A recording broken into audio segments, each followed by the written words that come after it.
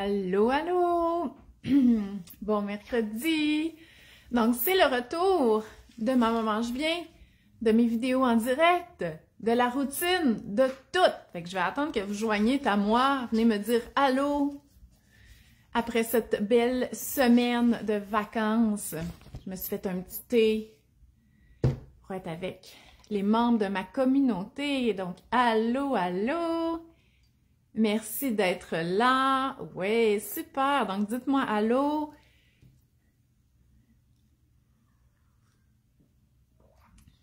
Ah, un petit thé, ça fait si du bien.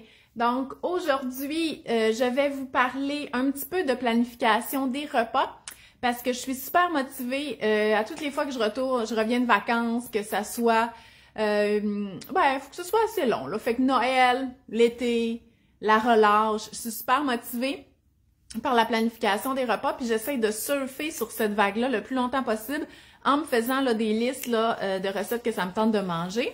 Et c'est ça que je vais vous parler aujourd'hui.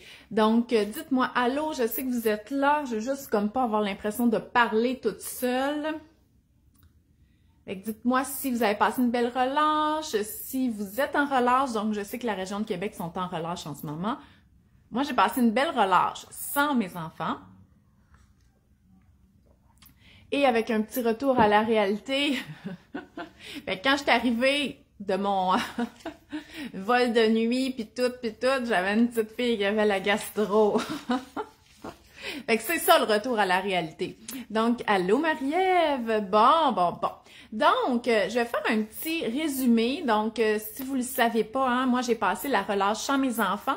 Donc, je suis allée les reconduire au Saguenay, où est-ce qu'ils ont passé des belles vacances avec ma mère. Et ils ont aussi vu leurs grands-parents de ma belle famille. Ils ont vu en fait toute leur belle famille. Donc, ils ont passé un beau moment en famille. Fait qu'eux sont super contents. Et moi aussi, parce que c'était mes premières vacances là, sans eux. En fait, j'en ai eu quelques fois. Fait que moi, depuis que j'ai des enfants, je vous dis pas depuis que mon mari est décédé, depuis que j'ai des enfants, quand mon mari était vivant, les seules fois qu'on a passé du moment sans eux, c'est quand j'accouchais d'un autre. Fait qu'à ce moment-là, on les faisait garder, puis on les avait pas, OK? Mais sinon, j'étais allée à New York 2 jours avec mes amis. J'étais allée en camping cet été, puis j'étais allée, mettons, 2 jours à l'hôtel. Fait que c'est pas mal ça, OK? Les vacances que j'ai eues de mes enfants depuis qu'ils sont nés. Fait que là, écoutez, une semaine sans eux à Whistler, où est-ce que j'étais jamais allée, c'était comme extraordinaire, c'était le paradis. Puis c'est un endroit que ça correspond beaucoup aux choses que j'aime. Fait que moi, j'étais allée faire de la planche à neige.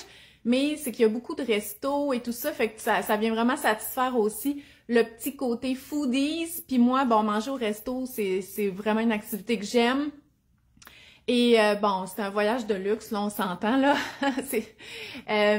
Donc, on était gâtés, là, avec l'hôtel au pied des pentes et tout ça, 5 jours de snow, restaurant, c'était vraiment le fun. Donc, ça m'a fait du bien, mais je me suis rendu compte que je dors pas très bien en avion, ni à l'hôtel quand il y a une espèce de chaufferette qui arrête pas de partir dans la nuit. Donc, je suis un petit peu fatiguée, mais ça va bien. Donc, le retour à la réalité. Et pendant mon voyage, que je me suis aperçue, il y avait une TV et on n'avait pas écouté beaucoup, mais les premiers jours, on écoutait genre Food Network, là, puis en tout cas, on dirait que moi, quand j'étais en vacances ou en voyage, on dirait que là, étant donné que j'ai pas à préparer les repas, là, tout ce qui a rapport avec la bouffe m'intéresse, puis je trouve que ça a l'air bon. Qu'est-ce qu'il y a, Nénette? T'as faim?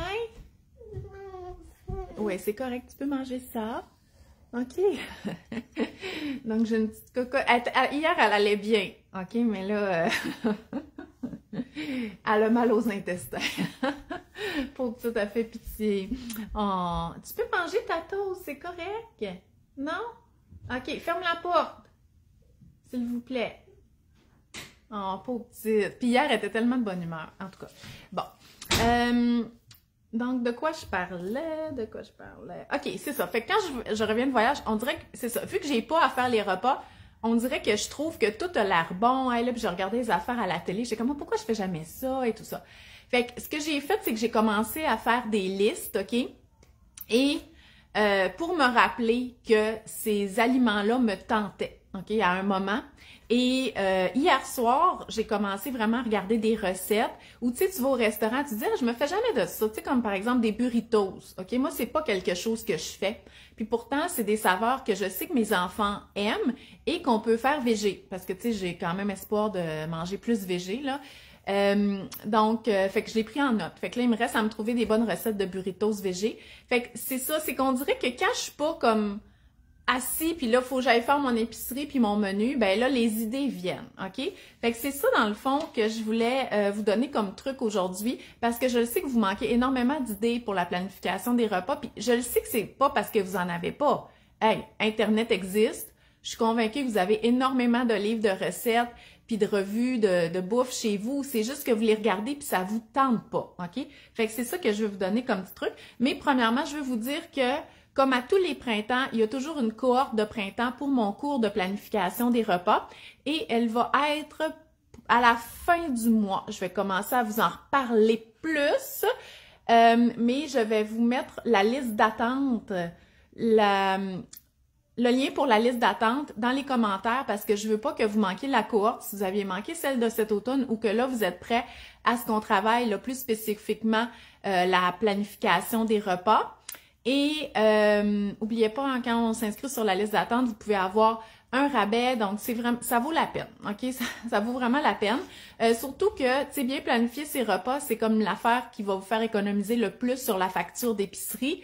Et là, vous le savez, hein, les prix à l'épicerie, écoutez, le gaz monte, les prix de la bouffe montent, vos salaires montent peut-être pas à la même vitesse que tout ça.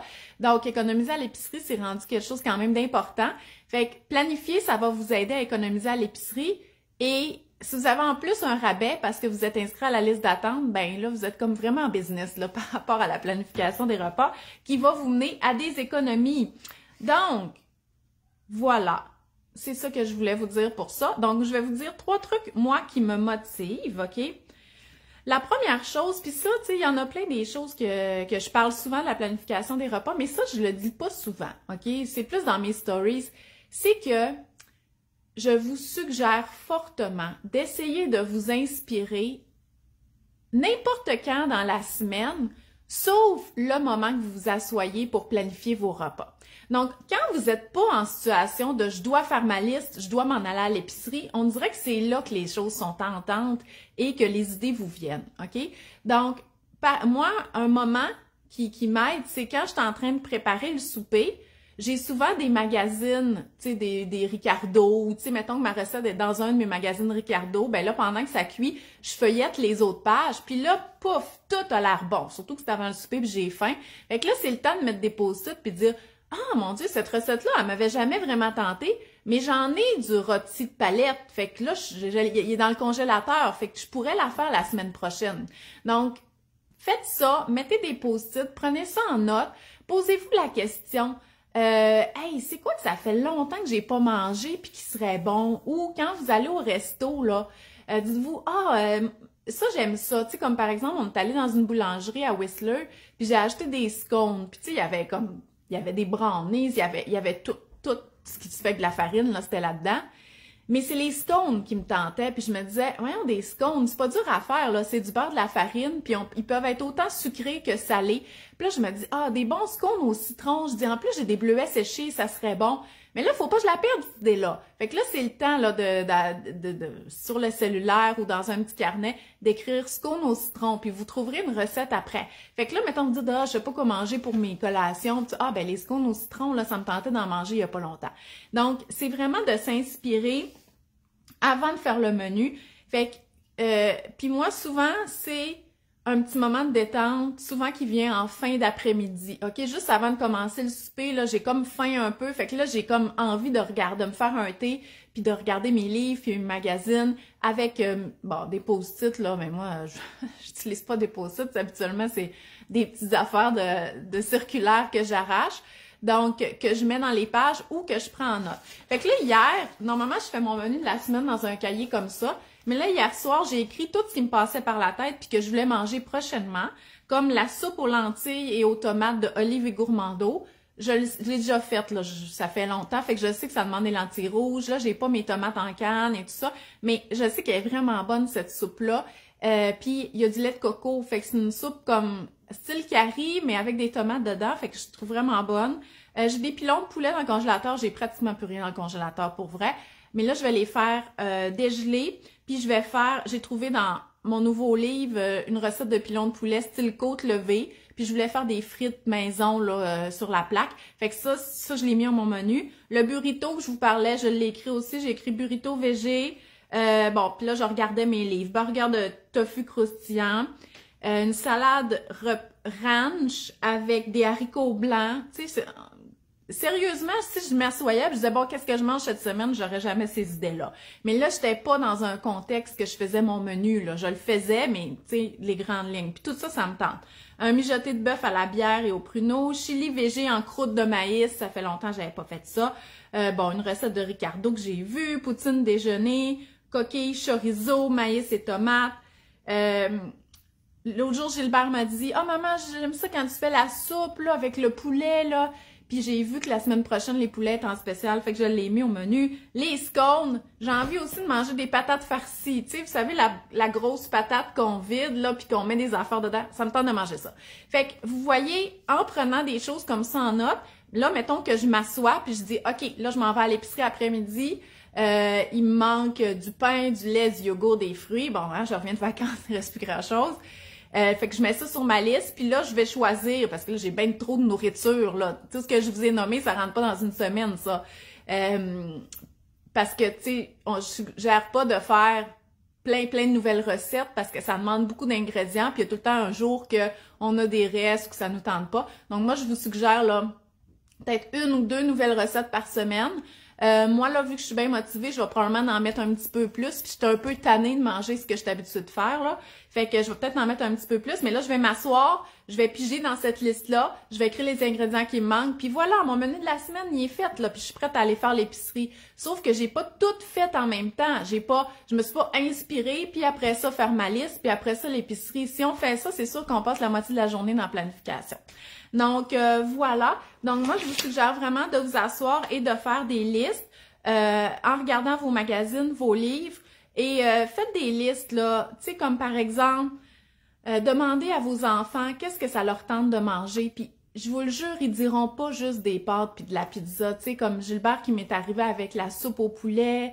Agathe, elle veut manger des dumplings. Ça fait vraiment longtemps. Fait que ça serait vraiment le moment que je mette ça au menu. L'affaire, c'est qu'il n'y a jamais de pâte à dumpling chez Maxi.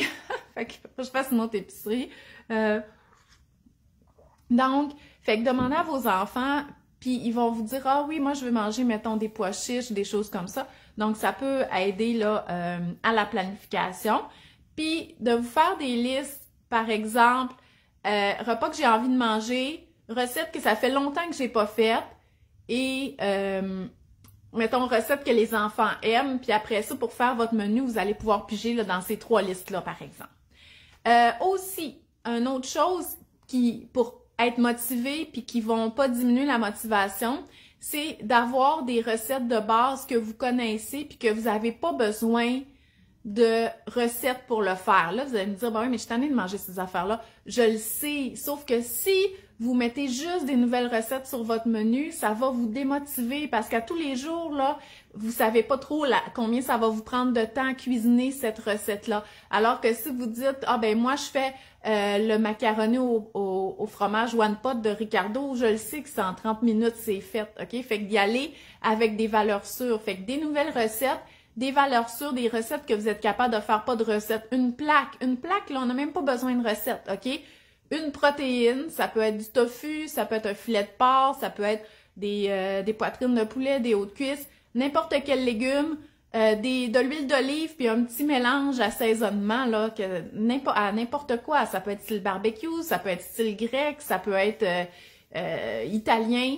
Vous mettez ça au four, puis après ça, c'est cuit, puis bon, s'il n'y avait pas de patates, mettons dans votre mélange de légumes, vous faites du riz, puis vous avez un repas, OK? Donc, vous n'avez pas besoin de suivre nécessairement une recette, donc ça l'aide vraiment beaucoup. Donc, je vous suggère de vous faire cette liste-là des recettes que vous êtes capable de faire sans recette. Moi, j'en ai une, c'est sous forme d'un livre numérique de recettes du garde-manger. Vous pouvez le voir sur ma boutique en ligne. Fait que ça, c'est les miennes. C'est sûr que pour vous, c'est de nouvelles recettes, sauf que moi, c'est des recettes que je fais régulièrement. Donc, voilà. Ensuite, ça, je l'ai dit, demander des idées aux enfants. Et voilà. Aussi, puis ça, c'est ça, j'en ai parlé un petit peu. Vu que le prix des aliments a augmenté et il va continuer d'augmenter, c'est quand même triste, OK? Parce que ceux qui avaient déjà de la misère avec leur budget, qui avaient un budget serré, ils faisaient déjà des efforts pour économiser. Malgré tout, le panier augmente. Même si on fait des efforts pour économiser, les aliments de base, là, OK, ont augmenté de prix. Donc, la même épicerie coûte plus cher. Et ça va probablement pas s'en aller en descendant, malheureusement.